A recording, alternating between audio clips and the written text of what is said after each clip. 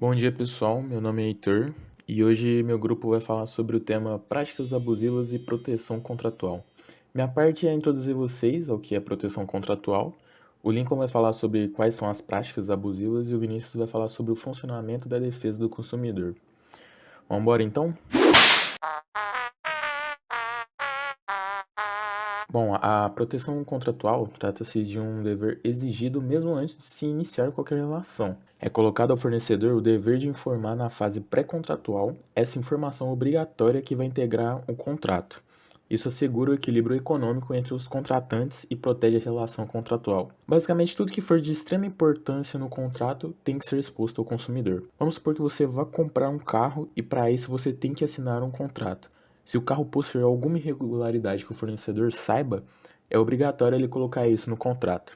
A gente pode citar outro exemplo do dia a dia, que é a confidencialidade em projetos sensíveis, ou seja, em projetos que envolvem informações confidenciais, como planos de negócio, estratégia de marketing ou dados financeiros, um acordo de proteção contratual pode ser usado para garantir que todas as partes envolvidas mantenham a confidencialidade dessas informações.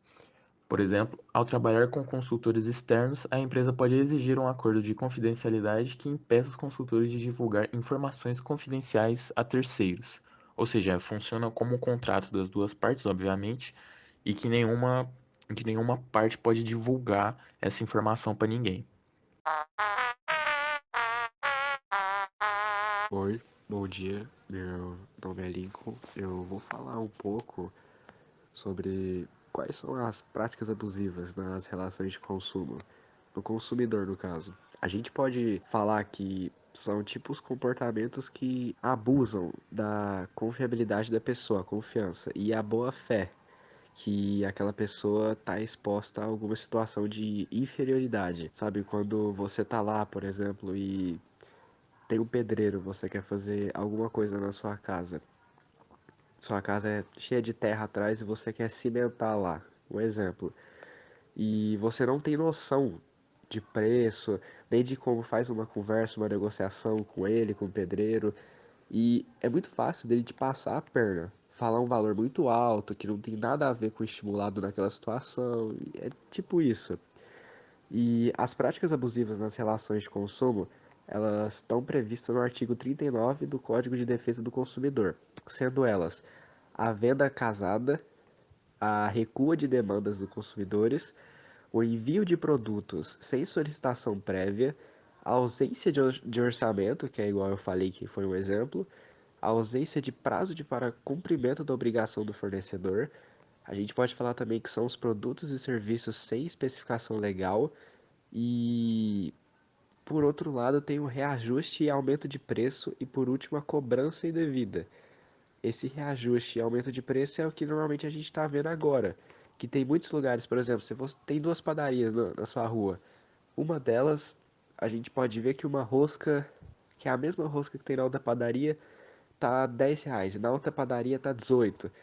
Às vezes a que tá 18, muitas das vezes pode ser o lugar por quem o fornecedor que ela comprou, que às vezes foi mais caro, então ela meio que tem que vender mais caro para meio que ter algum benefício para a padaria dela, porque senão vai ficar no prejuízo. Mas muitas das vezes só aumentam por aumentar. Não tem isso em lógica alguma e nem eu consigo entender.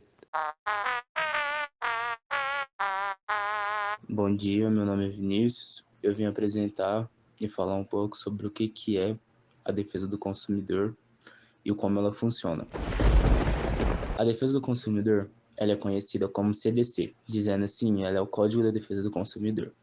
Ele estabelece normas de proteção e defesa ao consumidor, de ordem pública e interesse social. Sua origem remonta à Constituição Federal do Brasil, que foi estabelecida em 1998, a qual estabeleceu definitivamente a defesa do consumidor como direito e garantia fundamental de todo cidadão. Após os devidos debates legislativos em 1990, com a aprovação da lei, surgem as bases normativas específicas para a relação do consumidor e fornecedor. O CDC tem uma abrangência que envolve desde relações de compra de produtos como alimentos, roupas, brinquedos, produtos eletrônicos, compras de bens duráveis, como terreno, apartamentos e carros, até as contratações de serviços, como planos de saúde, telefonia móvel e conserto de eletrodomésticos. Suas normas objetivam regularizar as relações do consumo, protegendo o consumidor de prejuízo na aquisição de produtos e serviços. Desta forma, os consumidores com ciência de seus direitos através das reclamações ou comprovação do não cumprimento do CDC, que é o direito do consumidor, poderão acionar os órgãos de defesa, como o PROCON e o IAIDEC.